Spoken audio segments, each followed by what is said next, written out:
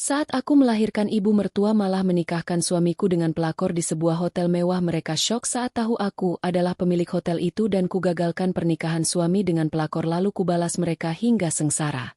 Sebelum lanjut ke cerita selanjutnya, yuk subscribe dan like. Absen dulu di kolom komen ya ah. Tangisan perempuan yang sedang bertarung dengan maut menggema di ruang bersalin. Aroma obat-obatan bercampur dengan keringat dan rasa panik menguasai udara.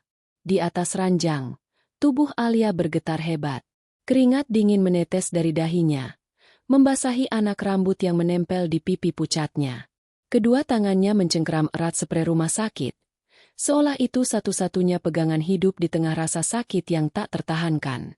Ayo, Bu Alia, sedikit lagi. Tarik napas dalam, keluarkan perlahan. Dorong, dorong, Bu. Suara bidan terdengar tegas, berusaha menenangkan. Namun telinga Alia seakan tuli. Yang ia dengar hanya detak jantungnya yang berpacu dengan waktu, diselingi rasa sakit yang menghantam perutnya seperti ombak besar yang tak pernah berhenti.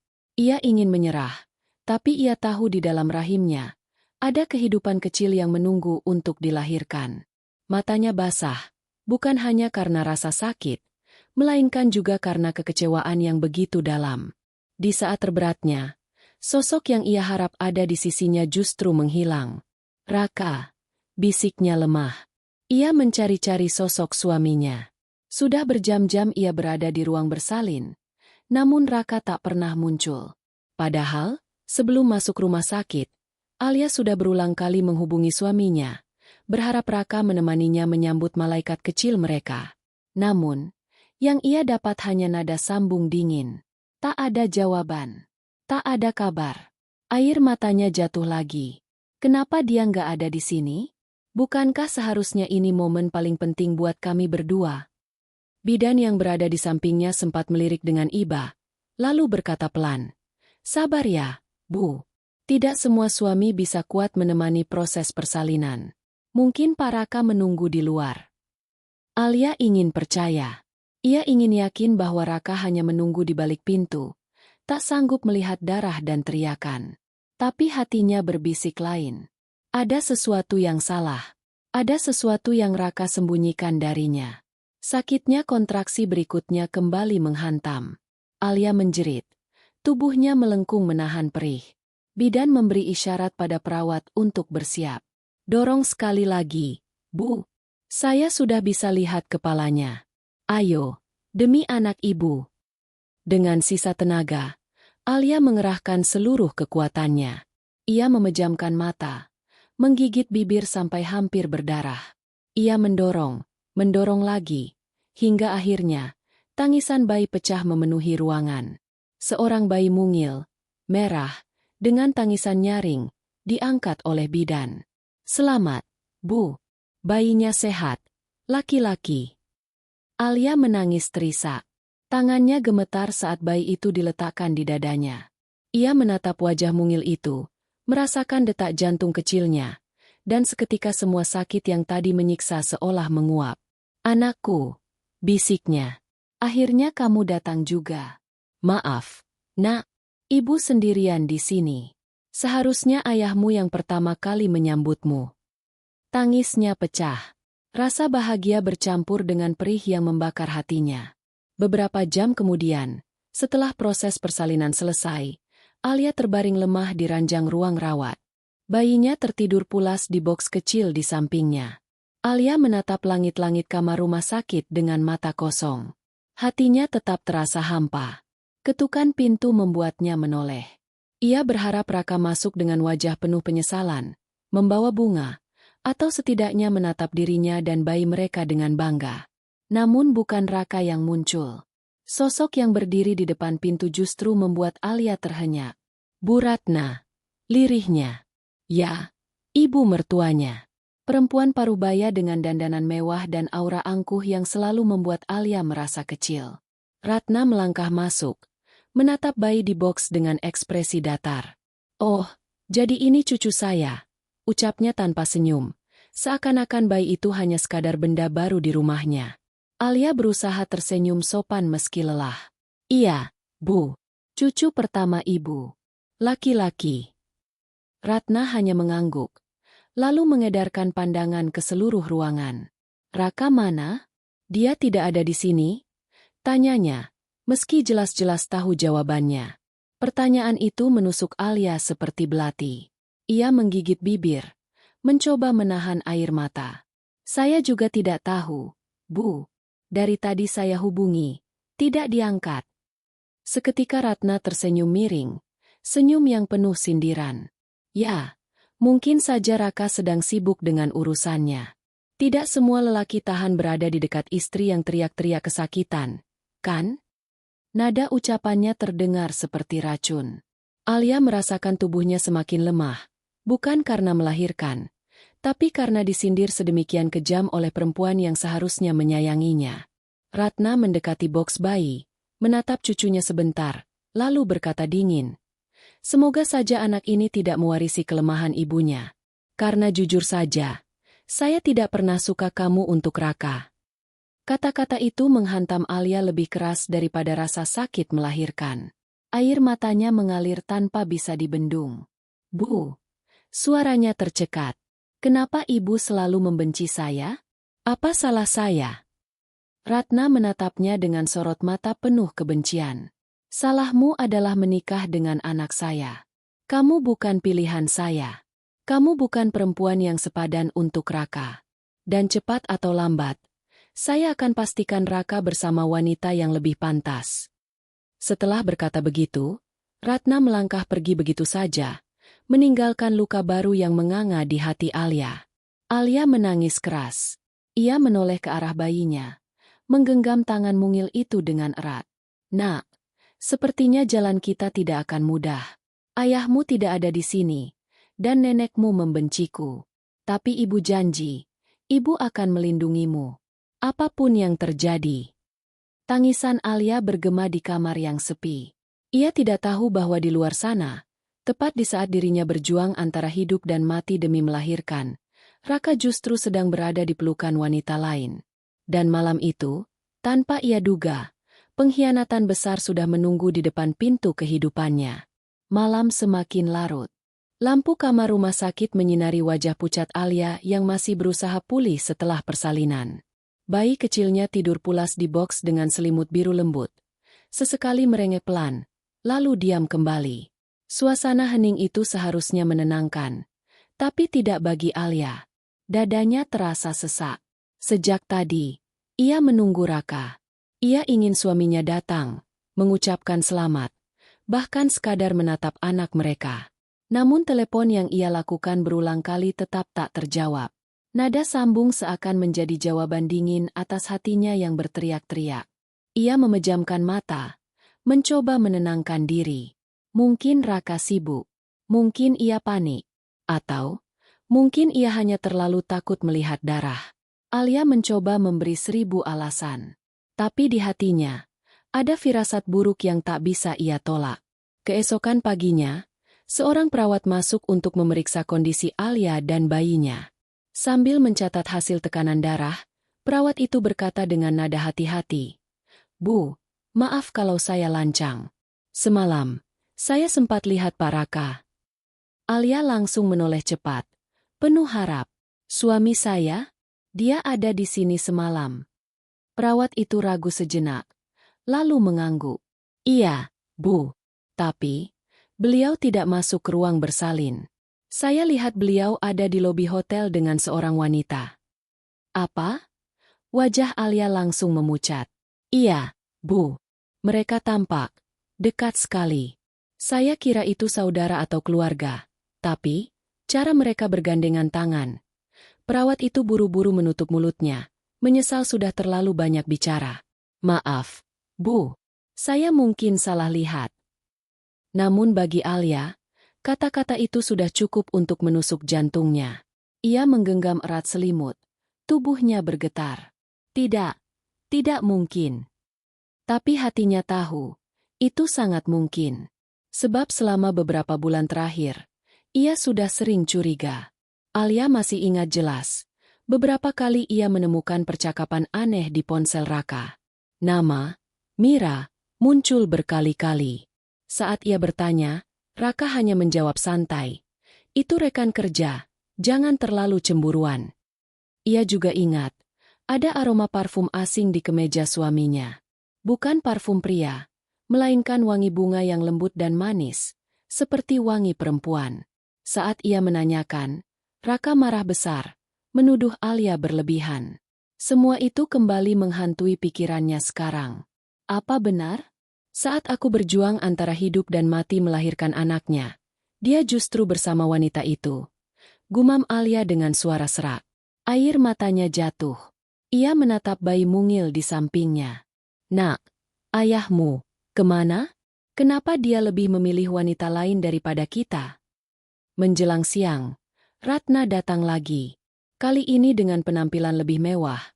Tas kulit mahal, perhiasan berkilauan, dan wajah tersenyum sinis. Bagaimana kabarnya? Sudah lebih baik? Tanyanya. Tapi nadanya terdengar lebih seperti basa-basi daripada kepedulian. Alia menunduk. Tidak ingin memancing keributan.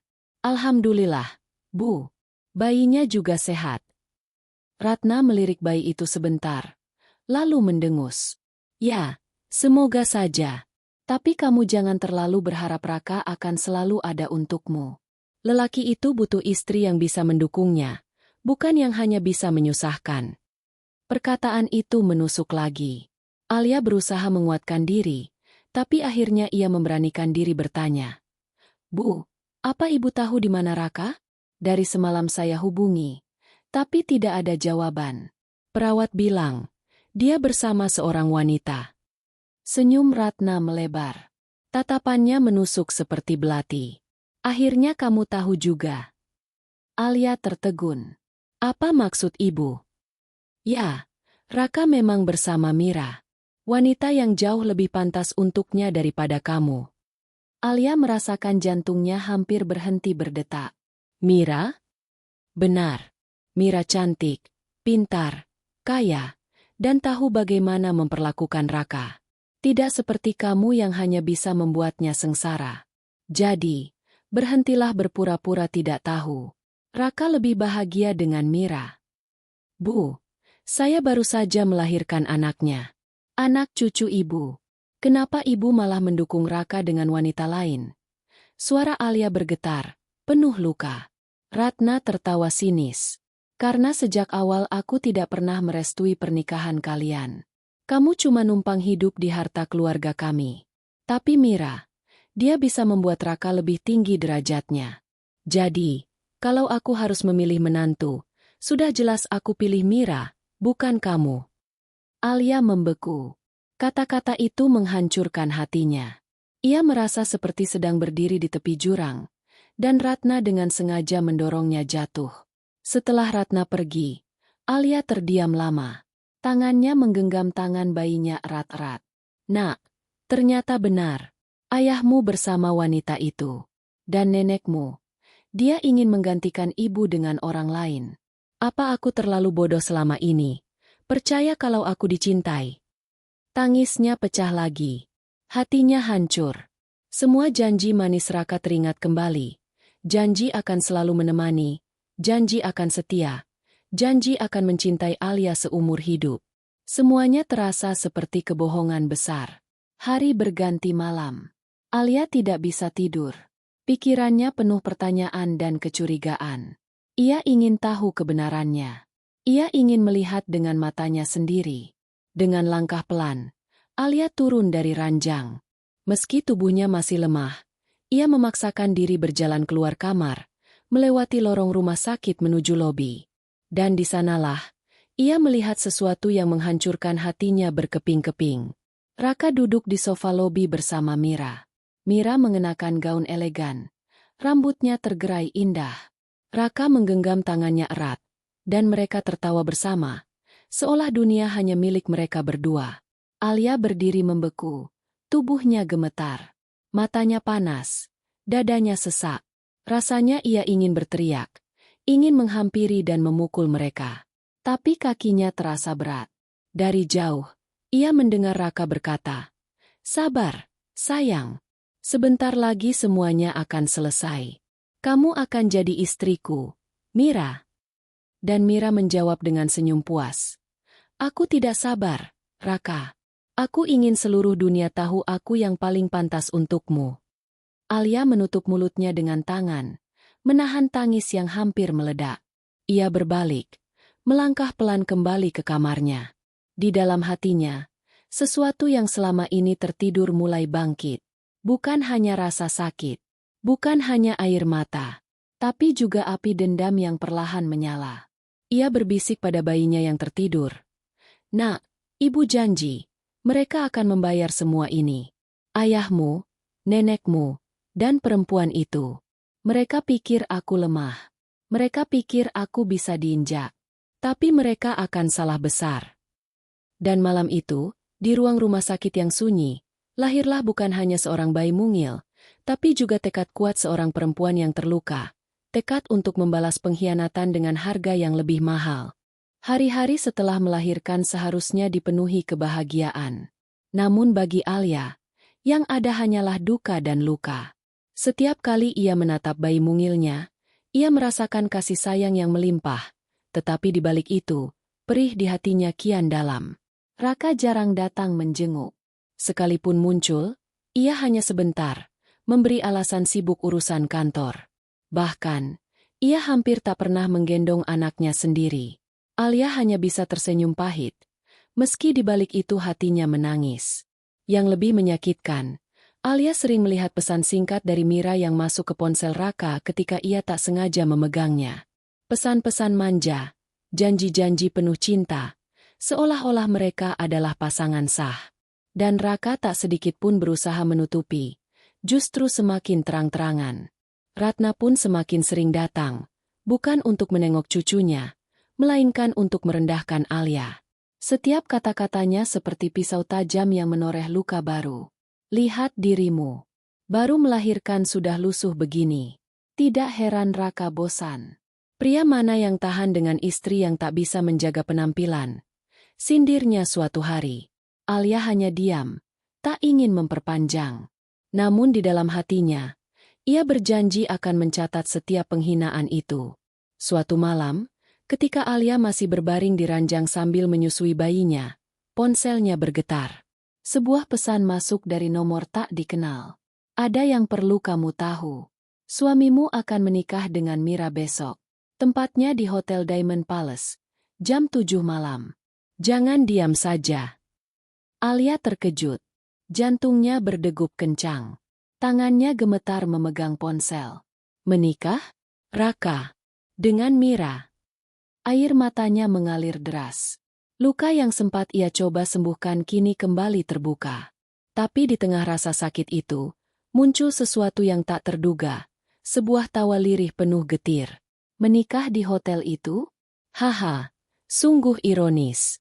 Mereka tidak tahu bahwa hotel itu adalah milikku." Ya, Hotel Diamond Palace bukanlah hotel sembarangan. Hotel bintang 5 itu adalah warisan dari orang tua Alia yang telah wafat. Meski Alia jarang menunjukkan jati dirinya sebagai pewaris tunggal, semua aset itu sah berada di bawah namanya. Selama ini, ia membiarkan Raka dan Ratna meremehkannya, karena ia lebih suka hidup sederhana. Namun rupanya, kesabaran yang ia pelihara telah membuat mereka buta. Mereka berpikir Alia hanyalah perempuan biasa tanpa daya. Malam itu, Alia duduk di tepi ranjang, menatap bayinya yang tertidur pulas. "Nak, maafkan ibu. Mungkin besok akan jadi hari panjang. Tapi ibu janji, ibu akan melindungi kita. Tidak akan ada yang bisa mengambil hakmu. Bahkan ayahmu sendiri." Keesokan harinya, suasana di Hotel Diamond Palace begitu megah. Lampu kristal menggantung indah, bunga-bunga segar menghiasi setiap sudut ruangan, dan karpet merah terbentang menuju altar pernikahan. Para tamu undangan hadir dengan pakaian terbaik mereka. Di antara keramaian itu, Mira tampil anggun dalam gaun pengantin putih berkilauan. Wajahnya berseri penuh kemenangan, seolah-olah dunia kini miliknya. Di sampingnya, Raka berdiri gagah dengan setelan jas hitam. Meski wajahnya terlihat tegang, ia berusaha menampilkan senyum tipis. Ratna duduk di kursi depan dengan ekspresi penuh kebanggaan. Ia merasa berhasil menyingkirkan Alia dari hidup Raka dan menggantinya dengan menantu yang sesuai dengan ambisinya. Malam ini, bisiknya pada diri sendiri, akan jadi malam kemenangan. Akhirnya anakku mendapatkan pasangan yang sepadan. Upacara pernikahan hampir dimulai. Sang penghulu sudah bersiap. Para tamu mulai hening, menunggu prosesi sakral itu. Namun tiba-tiba, suara ketukan sepatu hak tinggi terdengar menggema di ruangan. Semua mata serentak menoleh. Di ambang pintu, berdiri seorang perempuan dengan gaun sederhana namun elegan. Rambutnya tergerai indah. Wajahnya dipoles riasan tipis yang menonjolkan kecantikannya.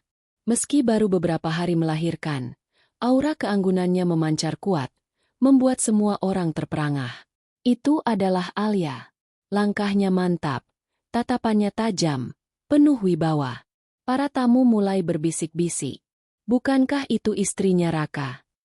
Dia baru saja melahirkan, kan? Kenapa dia ada di sini? Ya Tuhan! Apa yang sebenarnya terjadi? Raka terbelalak. Alia! Mira pucat. Sementara Ratna bangkit berdiri dengan wajah marah. Kenapa kamu ada di sini? Ini bukan tempatmu. Alia tersenyum tipis, lalu berdiri tepat di tengah ruangan. Benarkah? Bukankah ini hotelku? Tempat ini milikku, Bu Ratna. Setiap lampu, setiap kursi, bahkan altar tempat kalian berdiri, semuanya atas namaku. Ruangan sontak gempar. Para tamu saling pandang, terkejut mendengar pengakuan itu. Ratna terdiam, wajahnya memucat. Ia tidak pernah menduga. Ia mengira Alia hanyalah perempuan biasa. Padahal kenyataannya Alia adalah pemilik hotel mewah tempat mereka hendak menggelar pernikahan terlarang itu. Raka mencoba bicara. Suaranya gugup. Alia, aku bisa jelaskan. Namun Alia menatapnya dingin. Jelaskan apa? Raka? Bahwa saat aku melahirkan anakmu, kamu justru sibuk mempersiapkan pernikahan dengan perempuan lain? Bahwa kamu tega meninggalkan aku sendirian, berjuang antara hidup dan mati, hanya karena nafsumu pada wanita ini? Mira mencoba maju, wajahnya dipenuhi kepanikan. Jangan salahkan aku, Alia. Ini semua pilihan Raka. Dia yang ingin bersamaku, bukan aku yang memaksa. Alia mendekat, menatap Mira tajam. Kamu benar. Kamu memang tidak memaksa. Tapi kamu tahu dia suamiku, dan tetap merebutnya. Itu cukup menunjukkan siapa dirimu sebenarnya. Suasana ruangan semakin panas. Para tamu mulai bergumam, sebagian menatap sinis pada Mira, sebagian lainnya menggeleng kecewa pada Raka. Ratna berusaha menyelamatkan keadaan. Alia, hentikan drama ini. Kamu tidak berhak mengacaukan pernikahan anakku. Alia tertawa dingin. Tidak berhak? Aku istri sah Raka. Aku ibu dari anaknya. Dan ini hotelku. Jadi, kalau ada yang tidak berhak di sini, itu kalian. Dengan isyarat tangan, Alia memanggil manajer hotel yang sudah ia hubungi sejak pagi. Lelaki itu segera datang, membawa berkas tebal. Bu Alia, katanya sambil menunduk hormat. Semua persiapan pernikahan ini sudah kami hentikan sesuai instruksi Anda. Tidak ada acara yang bisa dilanjutkan tanpa izin Anda sebagai pemilik. Gemuruh suara tamu memenuhi ruangan. Raka pucat, Mira hampir menangis, dan Ratna menatap Alia dengan penuh kebencian. Alia berdiri tegak di hadapan mereka semua. Ingat baik-baik, jangan pernah menganggap aku lemah. Kalian bisa mengkhianatiku, tapi jangan kira aku akan diam. Malam ini adalah bukti bahwa kalian tidak akan pernah bisa menghapus aku dari hidup kalian. Dengan langkah anggun, Alia berbalik meninggalkan ruangan, meninggalkan kegaduhan, rasa malu, dan kehancuran di belakangnya. Namun dalam hatinya, ia tahu, ini baru permulaan. Balas dendamnya baru saja dimulai. Ruangan ballroom Hotel Diamond Palace yang tadi penuh dengan musik dan tawa kini berubah menjadi lautan bisikan dan tatapan penuh keheranan. Para tamu undangan yang semula duduk manis kini gelisah. Sebagian berdiri, sebagian lagi berbisik sembunyi-sembunyi. Mereka tidak percaya apa yang baru saja mereka saksikan. pernikahan megah yang tiba-tiba berhenti, dan mempelai perempuan ditampar kenyataan bahwa pemilik hotel adalah istri sah lelaki yang berdiri di sampingnya. Alia berdiri tegak di tengah ruangan. Meski tubuhnya baru saja pulih dari persalinan, auranya memancarkan kekuatan dan kewibawaan.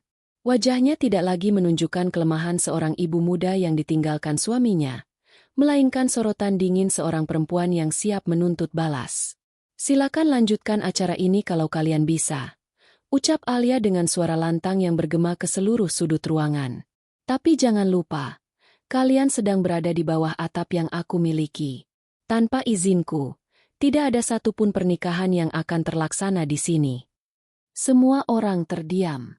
Ratna, yang duduk di kursi depan, tampak pucat pasi. Tangannya gemetar saat memegang tas mewahnya, namun mulutnya masih berusaha membalas.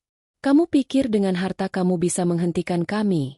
teriak Ratna, meski suaranya terdengar lebih seperti desahan putus asa. Alia menoleh ke arahnya. Tatapannya menusuk seperti belati. "Bu Ratna, selama ini ibu selalu merendahkan saya. Menganggap saya perempuan tanpa apa-apa. Padahal, saya memilih hidup sederhana bukan karena tidak mampu, tapi karena saya tidak pernah ingin menyombongkan apa yang saya punya. Sayangnya, kebaikan saya kalian injak-injak." Para tamu semakin heboh berbisik. Beberapa bahkan sudah mengeluarkan ponsel, merekam kejadian itu. Skandal ini jelas tidak akan berhenti di sini. Raka maju setengah langkah. Wajahnya pucat bercampur rasa bersalah. "Alia, aku bisa jelaskan semuanya. Tolong jangan lakukan ini di depan orang banyak." Alia mendengus. Bibirnya melengkung sinis. "Jelaskan? Apa yang mau kamu jelaskan, Raka? Bahwa kamu meninggalkanku di ruang bersalin? Bahwa saat aku mempertaruhkan nyawa demi anak kita, kamu justru bersiap menikah dengan perempuan lain? Atau kamu ingin menjelaskan kenapa kamu bisa begitu tega membiarkanku sendirian?" Kata-kata itu menghantam keras, bukan hanya ke Raka, tapi juga ke semua tamu yang mendengarnya. Banyak yang mulai melirik dengan tatapan jijik pada Raka. Mira, yang sejak tadi berdiri di samping Raka dengan gaun putih mahalnya, akhirnya tidak tahan. Wajahnya merah padam, matanya berair. "Jangan salahkan aku, Alia. Aku tidak mencuri apapun. Raka yang memilihku. Dia yang bilang tidak bahagia denganmu." Alia menatapnya lama, lalu tersenyum dingin. "Mira, perempuan sepertimu hanya bisa bahagia di atas penderitaan orang lain. Tapi ingat, tidak ada kebahagiaan yang dibangun dari air mata. Semuanya akan hancur, cepat atau lambat. Dan malam ini adalah buktinya." Mira terisak, memegang lengan Raka, tapi lelaki itu tidak memberi reaksi apapun. Ia hanya menunduk, terjebak di antara rasa malu dan rasa bersalah. Manajer hotel, Pak Dimas, melangkah maju dengan raut tegas. "Atas perintah Ibu Alia selaku pemilik, seluruh acara ini dibatalkan. Mohon semua tamu meninggalkan ruangan dengan tertib." Kegaduhan semakin menjadi-jadi. Para tamu bangkit. Sebagian menatap Mira dengan iba, sebagian lagi mencibir. Ada yang berbisik, "Kasihan sekali, pengantin perempuannya dipermalukan begini." Ada juga yang berkata, "Tapi memang pantas, siapa suruh menikah dengan suami orang?" Wajah Mira semakin merah. Ia menutupi wajahnya dengan tangan. Ratna berdiri, menatap Alia penuh kebencian. "Kamu akan menyesal, Alia. Kamu pikir kamu menang hanya karena hotel ini milikmu? Kamu tidak tahu apa-apa tentang kekuatan keluarga kami." Alia berjalan pelan menghampirinya. Tatapannya tenang, tapi setiap kata yang keluar seperti racun dingin. "Justru ibu yang tidak tahu siapa saya sebenarnya. Keluarga saya punya lebih banyak kekuatan daripada yang pernah ibu bayangkan. Dan sekarang, semua yang kalian lakukan pada saya, akan saya balas satu persatu." Ratna terdiam. Untuk pertama kalinya, ia benar-benar terlihat takut. Setelah ruangan kosong, hanya tersisa Raka, Mira, Ratna, dan beberapa staf hotel yang membereskan. Alia masih berdiri, menatap mereka satu persatu. "Raka," ucapnya akhirnya, suaranya tegas. Aku sudah berusaha jadi istri yang baik. Aku menutup mata pada semua kecurigaan, berharap kamu akan berubah. Tapi malam ini, kamu sudah menunjukkan siapa dirimu sebenarnya. Raka menunduk, tidak mampu menatap istrinya. Aku hilaf. Alia. Aku tidak tahu kenapa bisa begini. Aku mohon, beri aku kesempatan untuk memperbaikinya. Alia menatapnya lama, lalu tersenyum getir. Kesempatan? Kesempatan itu sudah kuberikan sejak lama. Tapi kamu memilih menghancurkannya. Kamu memilih dia. Ia menunjuk Mira yang masih terisak, dan membuang aku. Jadi jangan berharap aku akan memberikan kesempatan lagi. Raka membuka mulutnya, ingin membantah. Tapi kata-kata Alia berikutnya membuatnya terdiam. Kamu tidak hanya mengkhianati aku. Kamu juga mengkhianati anakmu sendiri. Dan itu, Raka, adalah dosa yang tidak akan pernah bisa aku lupakan. Mira akhirnya meledak. Cukup. Aku tidak mau dipermalukan begini. Kalau memang kamu lebih berharga, kenapa Raka lebih memilih aku daripada kamu? Alia menoleh padanya. Matanya berkilat tajam. Karena kamu wanita murahan yang menjual diri dengan wajah cantikmu. Dan karena Raka lemah, ia tergoda olehmu. Tapi ingat baik-baik, Mira, kamu tidak pernah bisa menggantikan aku. Karena statusku adalah istri sah, dan aku juga ibu dari anaknya. Sedangkan kamu, hanya orang luar yang mencoba masuk dengan cara kotor. Mira membeku. Kata-kata itu menghantam tepat ke jantungnya. Alia berbalik, melangkah menuju pintu keluar. Namun sebelum pergi, ia menoleh sekali lagi. Aku akan pastikan kalian menyesali ini. Kalian kira aku lemah, tapi mulai malam ini, aku adalah orang yang akan menentukan hidup kalian. Aku akan membuat kalian merasakan apa itu kehilangan, dan apa itu sengsara. Pintu ballroom tertutup di belakangnya. Suara langkah sepatunya bergema, meninggalkan ruang penuh kehancuran. Di dalam, Mira menangis sesenggukan. Ratna terdiam dengan wajah kelam, dan Raka duduk terpuruk, menutupi wajahnya dengan kedua tangan. Mereka bertiga sadar. Hidup mereka tidak akan pernah sama lagi setelah malam itu. Sementara itu, di luar ruangan, Alia berdiri tegak. Udara malam berhembus lembut. Tapi hatinya panas membara. Ia tahu, perang baru saja dimulai. Ini baru awal, bisiknya pada dirinya sendiri. Dan aku akan pastikan, akhir dari cerita ini bukan mereka yang tertawa, tapi aku. Malam itu, setelah kejadian heboh di ballroom, Alia kembali ke apartemen pribadinya yang berada di lantai atas hotel.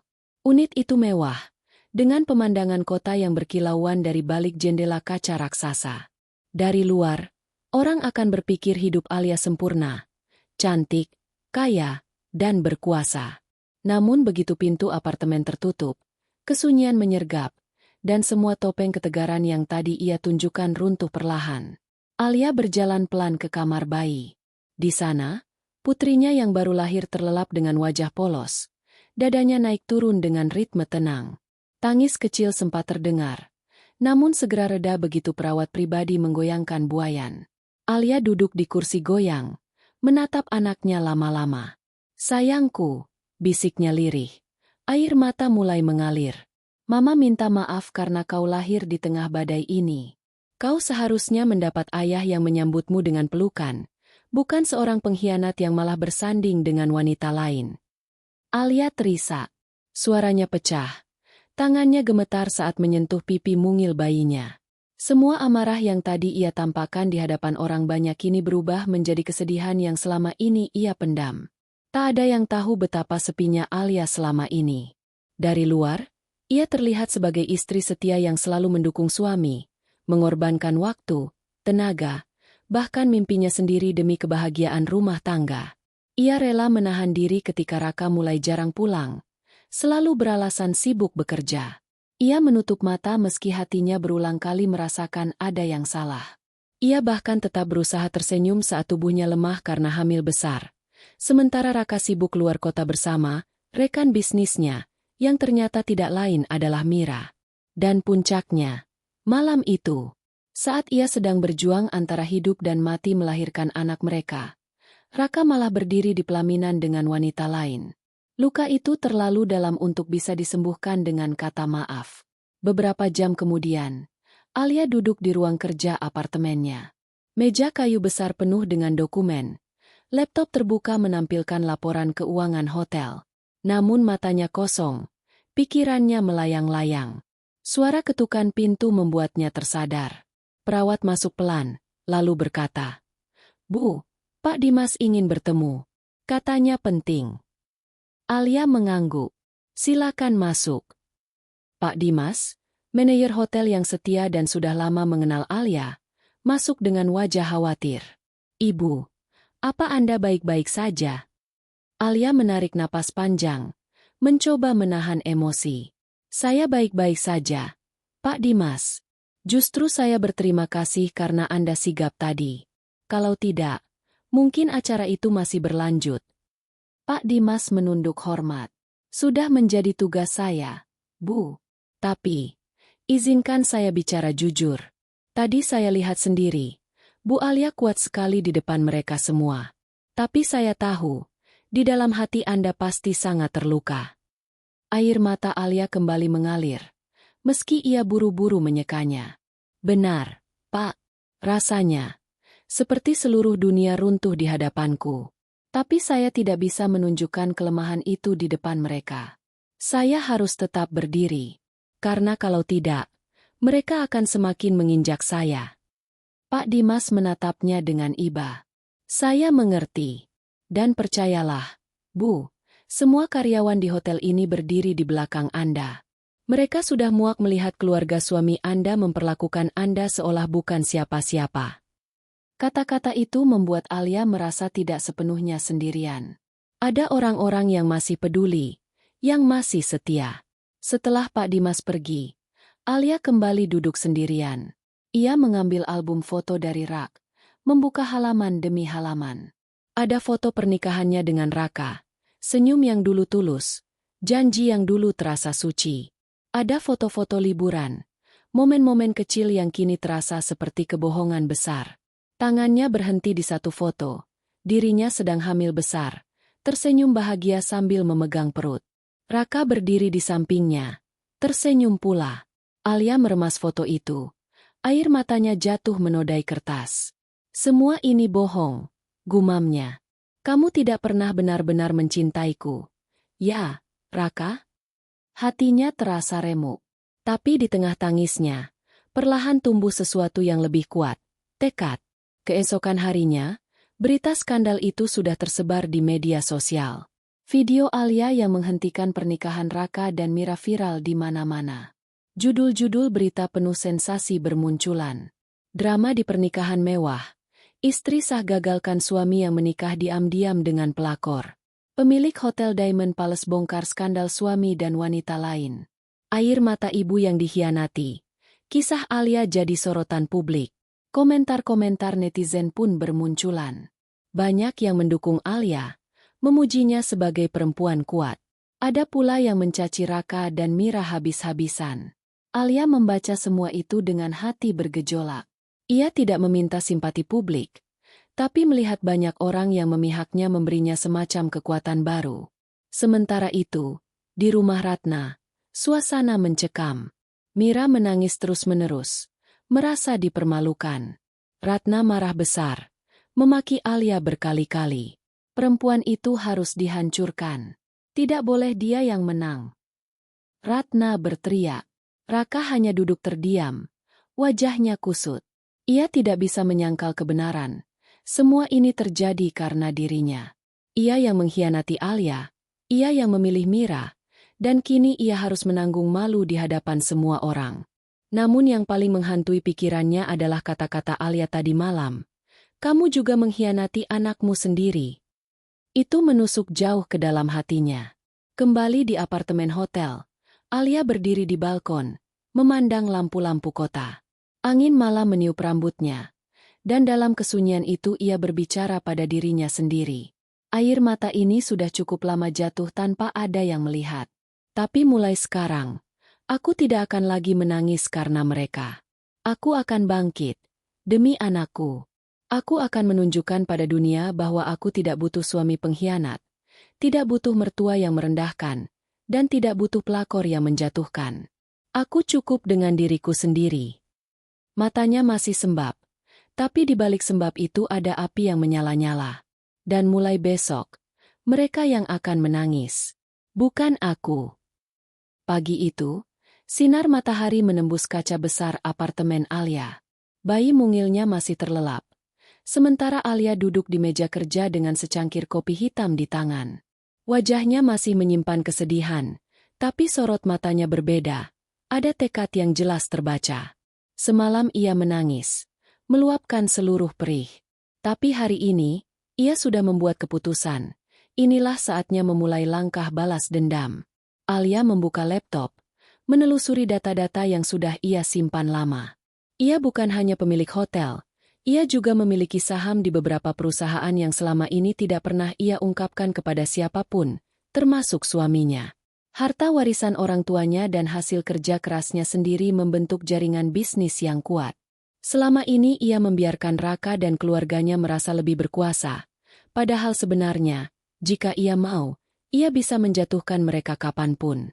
Tapi sekarang waktunya. Bisiknya sambil mengetik cepat di laptop. Langkah pertama Alia adalah menguatkan posisinya secara hukum. Ia memanggil pengacaranya, seorang wanita tegas bernama Livia, untuk datang ke apartemen. Bu Alia, saya sudah mendengar tentang kejadian kemarin.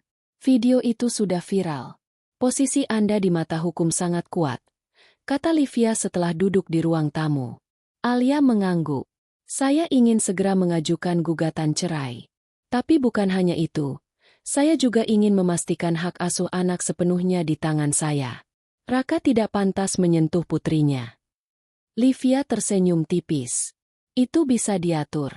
Dengan bukti pengkhianatan, ditambah fakta bahwa beliau meninggalkan Anda saat persalinan, pengadilan hampir pasti berpihak pada Anda.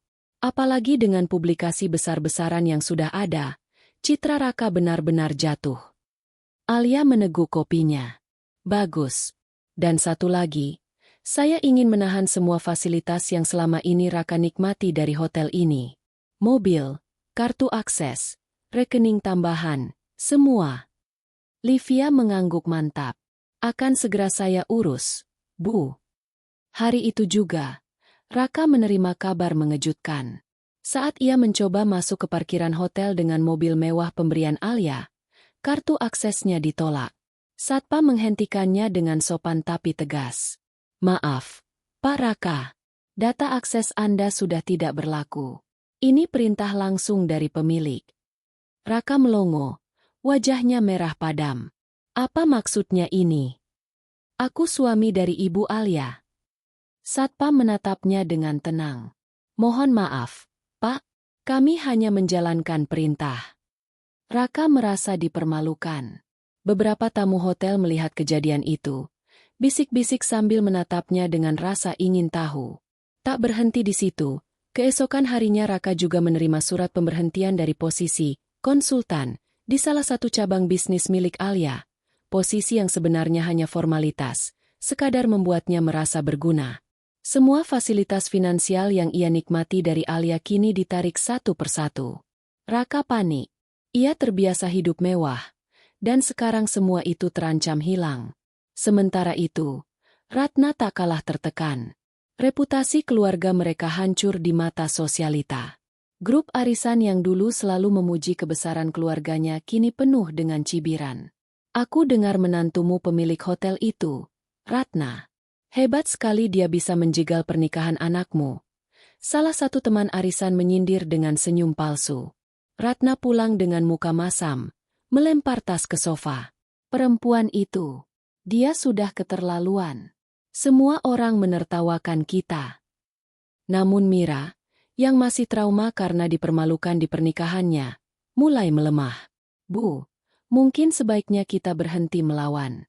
Alia terlalu kuat. Aku tidak tahan lagi jadi bahan hinaan orang. Ratna melotot. Kamu bodoh.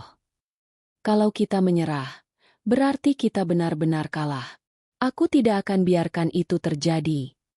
Tapi dalam hati kecilnya, Ratna mulai sadar, Alia bukanlah perempuan lemah yang dulu mudah diatur. Kini Alia berdiri di atas mereka. Di sisi lain, Alia mendapat dukungan luar biasa dari publik. Banyak perempuan menuliskan kisah mereka di media sosial, terinspirasi oleh keberanian Alia. Aku juga ditinggal suami saat melahirkan, tapi aku diam. Salut untuk Ibu Alia yang berani melawan. Semoga semua perempuan bisa setegar beliau. Alia membaca komentar-komentar itu dengan mata berkaca-kaca. Ia tidak pernah bermaksud jadi pahlawan, tapi kini ia sadar bahwa perjuangannya lebih dari sekadar membalas dendam pribadi.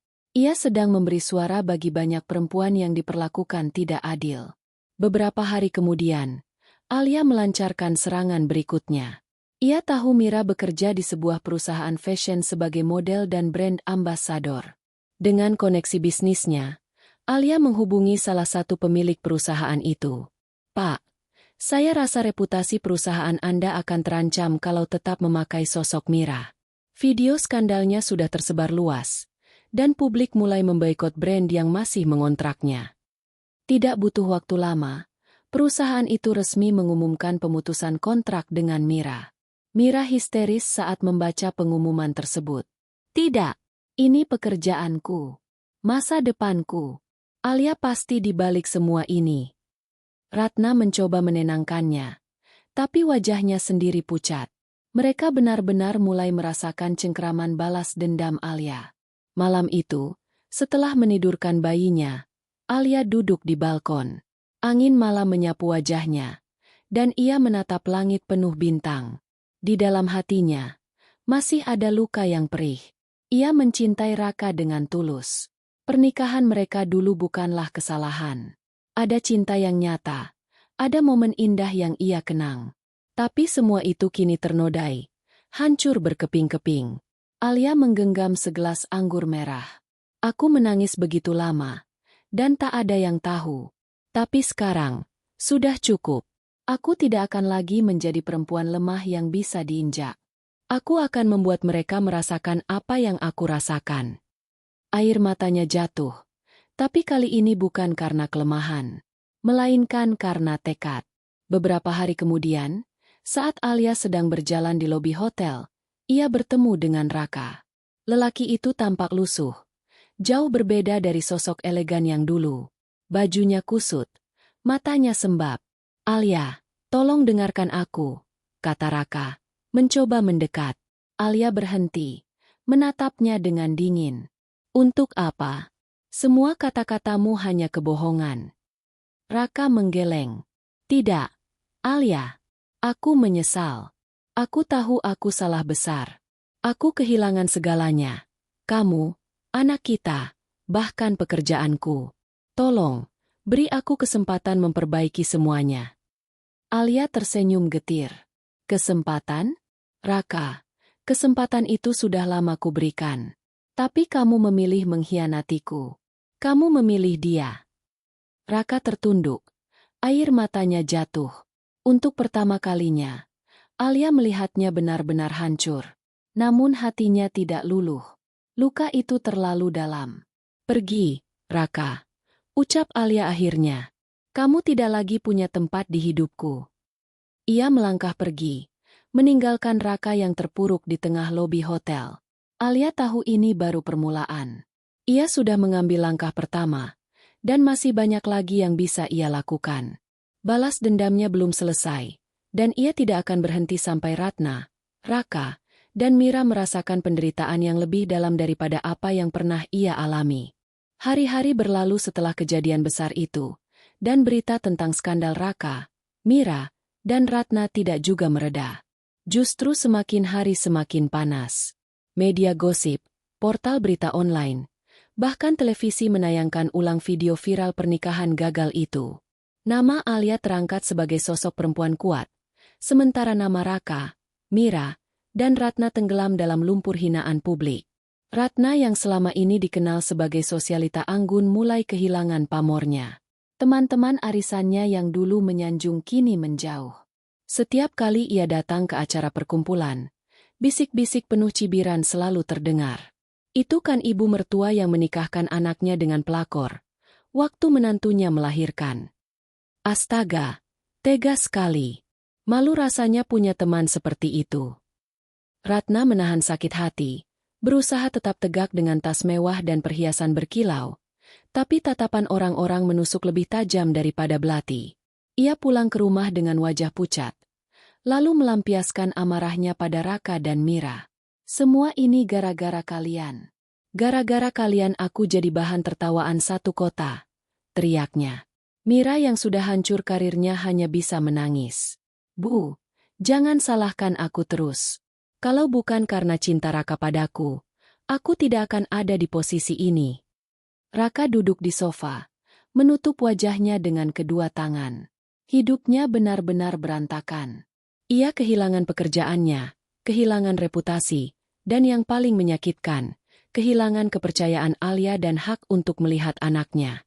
Sementara itu, Alia tidak hanya puas dengan menjatuhkan reputasi mereka di mata publik. Ia melanjutkan rencananya untuk membuka borok keluarga Raka. Dengan jaringan bisnisnya, ia menemukan fakta mengejutkan.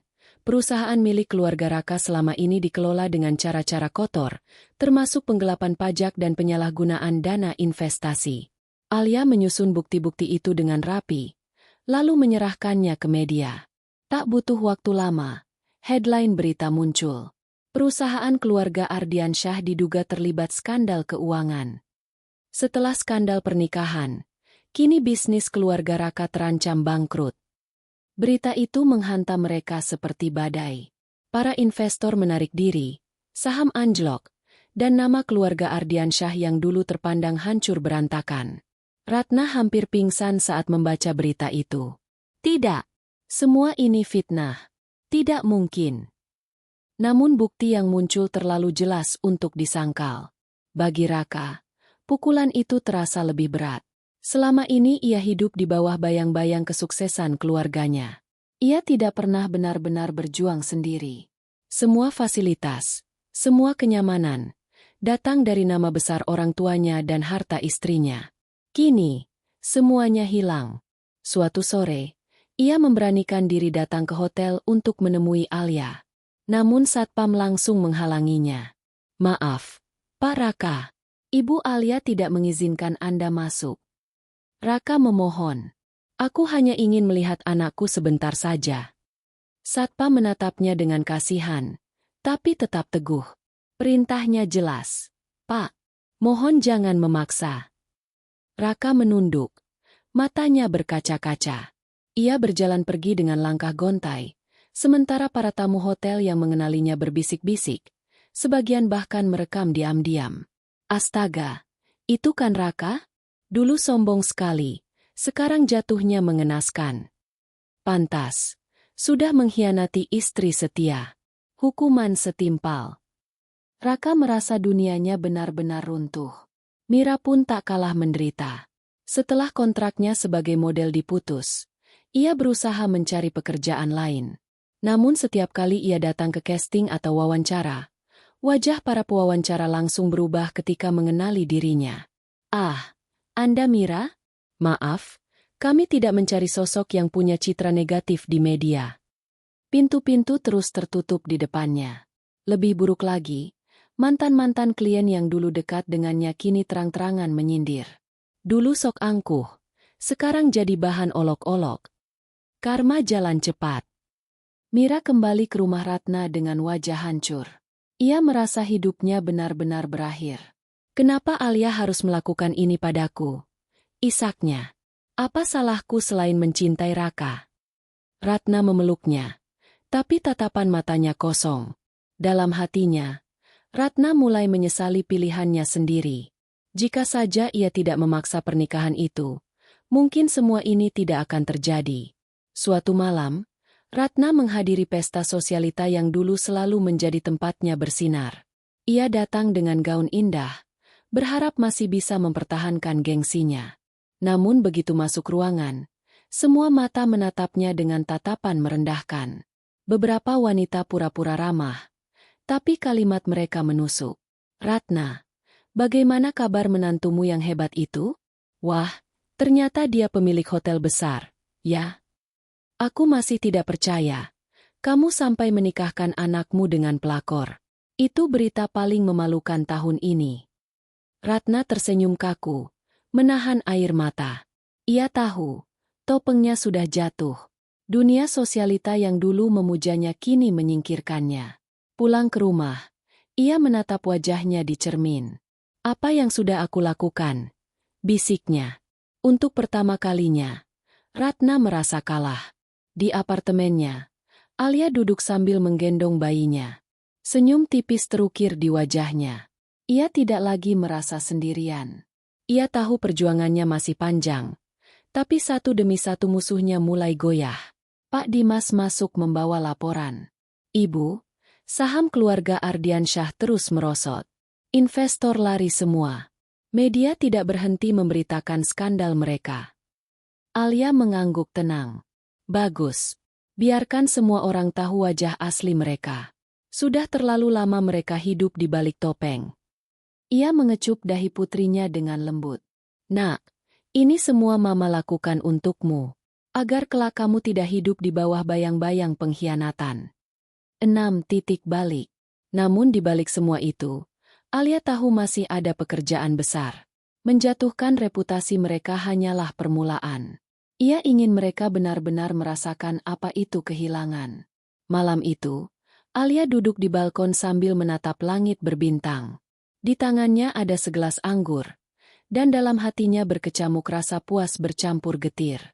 Aku sudah menjatuhkan topeng mereka, gumamnya. Tapi ini belum cukup. Aku ingin mereka merasakan penderitaan yang lebih dalam daripada air mata yang pernah aku tangisi. Senyumnya tipis, matanya berkilat penuh tekad. Perang belum selesai, dan Alia sudah siap untuk langkah berikutnya. Malam itu hujan turun deras, membasahi jalanan kota yang biasanya ramai dengan cahaya lampu. Namun di sebuah rumah tua di gang sempit, keadaan kontras sekali dengan kilauan hotel mewah yang dimiliki Alia. Rumah itu reot, cat dindingnya mengelupas, dan atapnya bocor di beberapa titik. Disitulah Ratna, ibu mertua Alia, kini tinggal. Ratna duduk di kursi kayu yang kakinya hampir patah, menatap kosong keluar jendela. Rambutnya yang dulu selalu tersisir rapi kini berantakan. Wajahnya keriput dipenuhi guratan kelelahan. Tangannya gemetar saat memegang secangkir teh murahan yang sudah dingin. Dulu, ia terbiasa minum teh impor yang disajikan pembantu rumah tangga di rumah besar milik Raka. Kini, ia bahkan harus menakar gula agar cukup untuk beberapa hari. Kenapa semua ini bisa terjadi padaku? Gumam Ratna lirih. Matanya berkaca-kaca. Ia mengingat masa-masa kejayaannya. Dulu, saat Alia pertama kali menikah dengan Raka, Ratna merasa berada di puncak dunia. Ia punya menantu yang cantik, kaya, dan dari keluarga terpandang.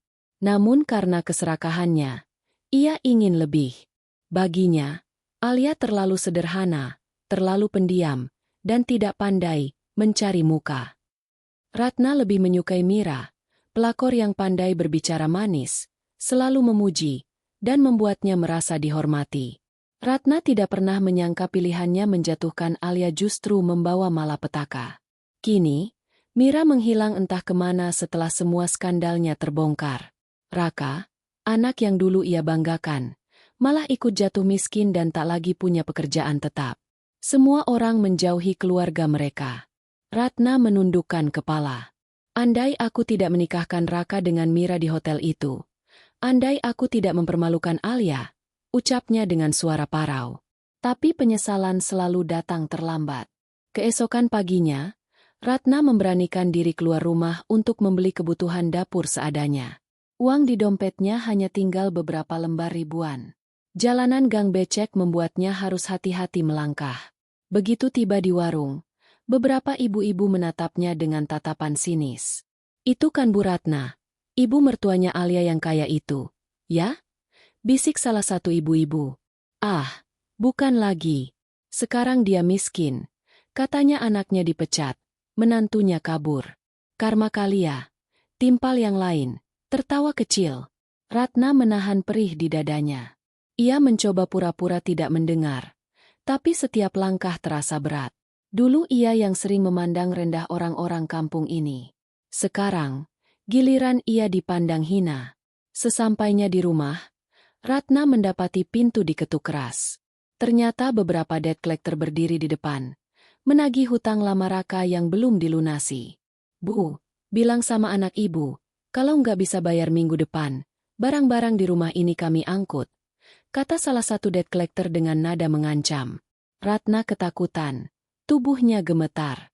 "Tolong beri kami waktu. Raka pasti akan segera dapat pekerjaan." Suaranya bergetar penuh putus asa. Namun debt collector hanya terkekeh. "Kerja apa? Semua orang tahu anak ibu sudah di blacklist di mana-mana. Apalagi setelah skandal di hotel itu. Jangan mimpi ada yang mau terima dia." Pintu rumah ditutup dengan kasar. Ratna jatuh terduduk di lantai, menangis sejadi-jadinya. Ia merasa semua orang kini menginjak harga dirinya. Beberapa hari kemudian, Alia datang ke rumah reot itu. Ia tidak sendiri. Ia membawa anaknya yang masih bayi, ditemani 2 pengawal pribadinya. Ratna terkejut melihat kedatangannya. "Alia."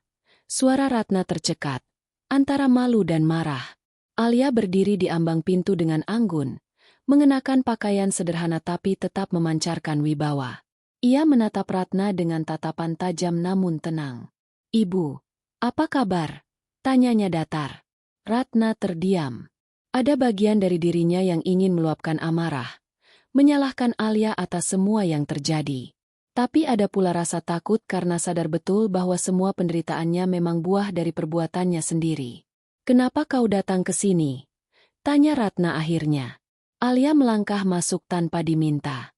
Ia duduk di kursi reot itu, lalu memandang sekeliling rumah yang kumuh. "Saya hanya ingin melihat bagaimana ibu sekarang. Dulu ibu meremehkan saya, menganggap saya tidak pantas untuk Raka. Tapi lihatlah sekarang. Siapa yang masih berdiri tegak, dan siapa yang jatuh tersungkur?" Ratna menunduk, hatinya panas. "Kau puas sekarang, Alia? Kau puas lihat aku seperti ini?" Alia tersenyum tipis. "Bukan soal puas, Bu. Saya hanya ingin ibu merasakan bagaimana rasanya dihina, dijatuhkan, diremehkan. Apa yang saya alami dulu, saat ibu menikahkan suami saya dengan pelakor itu, sekarang kembali ke ibu." Tangis Ratna pecah. Ia berlutut di depan Alia. "Tolong, Alia, tolong maafkan aku. Tolong beri aku kesempatan." Alia menatapnya dengan dingin. "Saya bukan Tuhan yang bisa memberi ampunan, Bu. Saya hanya manusia yang pernah diperlakukan kejam oleh keluarga ini. Dan sekarang, saya hanya membalas secuil dari semua luka yang ibu beri." Ratna terisak. Wajahnya basah oleh air mata. Untuk pertama kalinya, wanita yang dulu angkuh itu berlutut di hadapan menantunya. Jeritan hatinya terdengar jelas, tapi tidak ada yang sudi mendengarkan. Hari-hari berikutnya semakin berat bagi Ratna. Hutang semakin menumpuk, orang-orang semakin menjauh, dan ia semakin terpuruk. Raka yang tinggal bersamanya pun hanya bisa murung, mabuk setiap malam, dan melampiaskan amarah pada ibunya. Mira sudah lama menghilang. Kabarnya ia hidup sebagai wanita simpanan pria tua di luar kota, tapi tak ada yang peduli. Di tengah penderitaan itu, Ratna baru benar-benar menyadari arti kehilangan. Dulu ia punya segalanya, tapi keserakahannya menghancurkan hidupnya sendiri. Kini, bahkan untuk membeli beras pun ia harus meminjam pada tetangga yang dulu ia hina. Suatu malam, Ratna terjaga, menatap foto lama keluarga mereka. Ada Raka kecil, ada suaminya yang sudah tiada, dan ada dirinya di masa muda. Air matanya jatuh tanpa henti. "Alia benar. Ini semua salahku," lirihnya. Namun waktu tak bisa diputar ulang. Jeritannya hanya menggema di ruangan kosong, tanpa ada yang peduli. Dan di luar sana, Alia hidup tenang bersama bayinya, menyaksikan musuh-musuhnya jatuh satu persatu. Malam itu suasana hotel bintang 5 milik Alia dipenuhi cahaya lampu kristal dan alunan musik jazz lembut. Di lobi utama, para tamu undangan gala dinner sedang bercengkrama, memuji keanggunan sang pemilik hotel yang baru saja memperluas jaringan bisnisnya ke luar negeri. Alia berdiri di tengah kerumunan dengan gaun hitam elegan. Bayinya digendong oleh seorang pengasuh. Sementara senyum tipisnya membuat semua orang kagum pada ketegaran seorang ibu muda yang sukses. Namun di luar hotel, seorang pria berdiri mematung. Rambutnya acak-acakan, wajahnya pucat, dan bajunya lusuh. Itu adalah Raka. Pria yang dulu penuh percaya diri, yang selalu dielu-elukan sebagai pewaris keluarga kaya, kini hanya bayangan dari dirinya yang dulu. Tangannya gemetar ketika menggenggam setangkai bunga mawar layu, seolah itu bisa menjadi tiket kembali ke hati Alia. Dengan langkah gontai, Raka masuk ke dalam hotel. Para satpam langsung menahan, tapi Alia yang melihat dari kejauhan mengangkat tangan, memberi isyarat agar mereka membiarkannya masuk. Semua mata tertuju pada Raka yang tampak tak pantas berada di tempat semewah itu. Raka. Suara Alia datar, tanpa sedikit pun getaran. Raka menunduk. Hatinya bergetar mendengar suara yang dulu begitu ia anggap remeh. Ia berjalan mendekat, berlutut di depan Alia, di tengah tatapan tamu undangan yang kebingungan.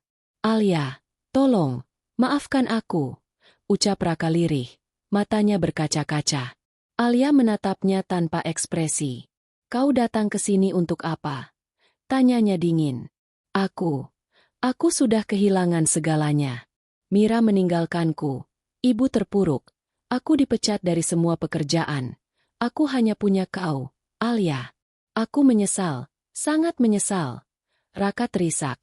Wajahnya menunduk menyentuh lantai marmer yang dingin. Beberapa tamu menutup mulut mereka. Sebagian berbisik-bisik. Pemandangan seorang pria berlutut di depan mantan istrinya bukanlah hal yang biasa. Alia menarik napas panjang, mencoba menahan gelombang emosi. Dalam dirinya ada rasa kasihan, tapi lebih banyak rasa sakit yang kembali menganga. "Kau menyesal? Di mana kau waktu aku melahirkan anak kita, Raka? Saat aku hampir kehilangan nyawaku di meja persalinan, kau malah berdiri di altar hotel ini, bersanding dengan Mira. Di mana hatimu saat itu?" Raka terdiam, tak sanggup menjawab. Air matanya menetes membasahi lantai. Aku bodoh. Aku dibutakan oleh ibu dan Mira. Aku salah." Alia menatapnya lama, seolah mencoba menembus lubuk hati pria yang dulu pernah ia cintai. Tapi yang ia temukan hanyalah penyesalan kosong, bukan cinta sejati. "Kau tahu, Raka," ucapnya pelan, tapi penuh tenaga. "Penyesalanmu tidak akan pernah menghapus luka yang kau tinggalkan. Anak kita akan tumbuh tanpa figur ayah yang layak. Dan aku belajar bahwa aku tidak membutuhkanmu untuk bahagia." Raka menjerit lirih. Suaranya pecah. "Jangan bilang begitu, Alia. Aku mohon, beri aku satu kesempatan lagi. Demi anak kita, demi keluarga kita." Alia menggeleng. "Keluarga? Kau sendiri yang menghancurkannya. Kau memilih Mira. Kau memilih ibumu. Kau memilih semua hal kecuali aku dan anakmu. Jadi jangan bicara tentang keluarga sekarang." Raka mencoba menggenggam tangan Alia, tapi pengawal segera menahannya. Alia mundur selangkah, menatap Raka dengan tatapan terakhir yang dingin. "Aku sudah memberimu semua cintaku, Raka. Tapi kau membuangnya begitu saja. Kini, aku hanya punya satu tujuan, membesarkan anakku dengan penuh cinta, tanpa ada pengkhianatan di sisinya. Kau tidak lagi menjadi bagian dari itu." Tamu undangan terdiam, sebagian menghela napas simpati untuk Alia, sebagian lagi menggeleng melihat nasib Raka yang jatuh sejatuh-jatuhnya. Raka berlutut lebih dalam, suaranya pecah menjadi jeritan. "Alia, jangan tinggalkan aku. Aku mencintaimu." Alia menatapnya untuk terakhir kali, lalu berbalik. "Cinta tanpa kesetiaan hanyalah racun, Raka. Dan aku sudah menolaknya." Dengan langkah anggun, Alia pergi meninggalkan Raka yang tersungkur di lantai marmer hotel mewah itu. Semua mata tertuju pada pria malang yang menangis, sementara sosok Alia yang tegar justru semakin dipuja. Beberapa hari kemudian, kabar tentang Raka tersebar luas. Foto dirinya berlutut di hotel Alia viral di media sosial.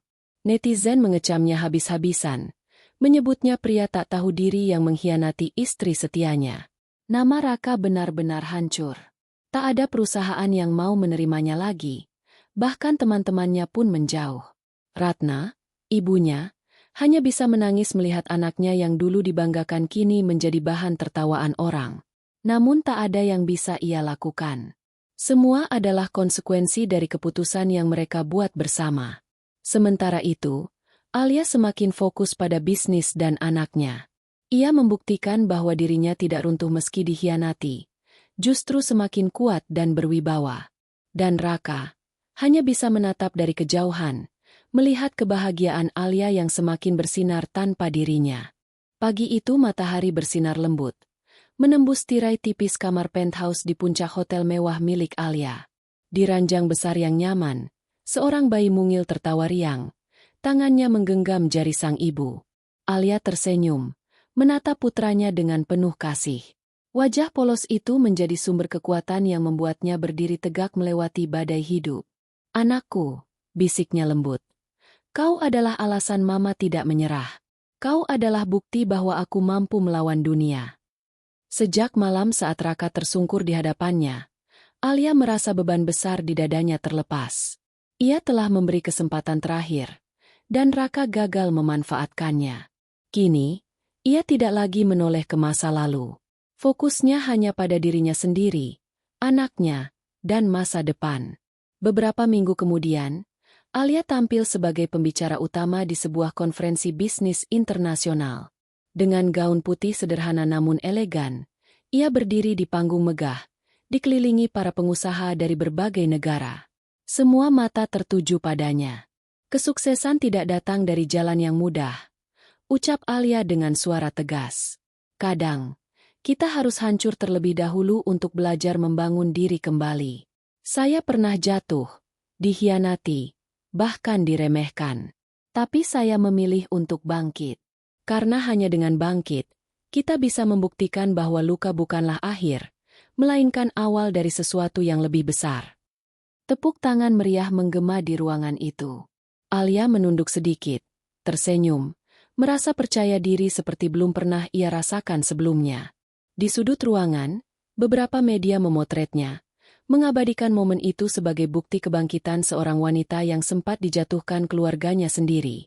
Sementara itu, kabar tentang kesuksesan Alia semakin meluas.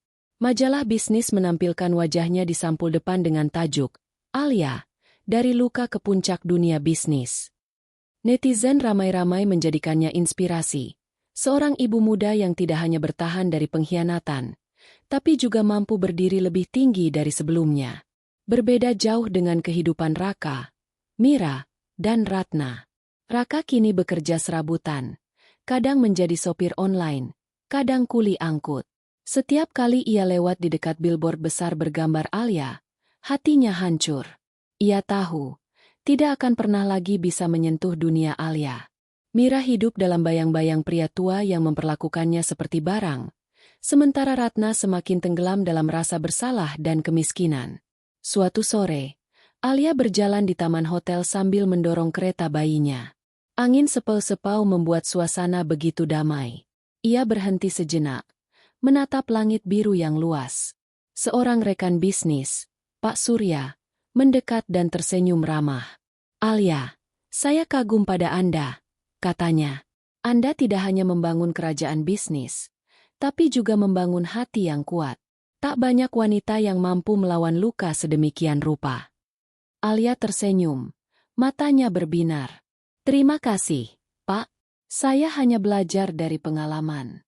Jika saya berhenti saat mereka mencoba menghancurkan saya, mungkin sekarang saya sudah lenyap. Tapi saya memilih untuk melawan." Pak Surya mengangguk. "Dan pilihan itu membuat Anda menang. Dunia butuh lebih banyak wanita seperti Anda." Ucapan itu menambah keyakinan Alia. Ia sadar, dirinya bukan lagi wanita lemah yang hanya bergantung pada suami atau mertua. Ia adalah seorang pemimpin, seorang ibu, dan seorang wanita yang mampu menentukan nasibnya sendiri. Malam itu, setelah menidurkan bayinya, Alia berdiri di balkon penthouse, menatap kerlip lampu kota. Dari ketinggian itu, dunia tampak begitu kecil. Ia mengingat semua peristiwa yang membentuknya. Rasa sakit di meja persalinan, pengkhianatan Raka, hinaan Ratna, tipu daya Mira, hingga saat ia berdiri tegak menggagalkan pernikahan mereka. Semua itu kini terasa seperti cerita lama. Aku berhasil, gumamnya pelan. Senyumnya tipis tapi penuh arti. Namun keberhasilannya bukan sekadar soal harta atau jabatan. Kebangkitan Alia sejati adalah ketika ia bisa memaafkan dirinya sendiri, menerima masa lalunya, dan memilih untuk tidak lagi terikat pada luka. Telepon genggamnya berdering, pesan dari asistennya masuk. Bu Alia, investor dari Eropa setuju untuk bekerja sama. Mereka ingin bertemu minggu depan. Alia tersenyum puas. Jalan menuju masa depan semakin terbuka lebar. Beberapa hari kemudian, Alia mengadakan pesta kecil di ballroom hotel untuk merayakan ulang tahun pertama anaknya. Ballroom itu penuh dengan tawa anak-anak, balon warna-warni, dan senyum tulus tamu yang benar-benar menyayanginya. Tidak ada kemewahan berlebihan, hanya kebahagiaan sederhana yang tulus. Saat meniup lilin, Alia menggendong putranya sambil berbisik. Hari ini bukan hanya ulang tahunmu, Nak. Ini juga ulang tahun baru untuk hidup kita. Kita mulai lembaran baru, penuh cinta, tanpa pengkhianatan. Semua orang bertepuk tangan, dan Alia merasa damai. Di luar hotel, jauh di balik rumunan, Raka berdiri sendirian, menatap pesta itu dari kejauhan. Ia melihat Alia yang tertawa bahagia bersama anaknya, dikelilingi orang-orang yang benar-benar peduli. Hatainya hancur, tapi ia tahu, ia tidak lagi memiliki tempat di dunia itu. Air matanya jatuh, dan ia berbalik pergi, menelan getir penyesalannya sendiri. Beberapa tahun kemudian, nama Alia semakin bersinar.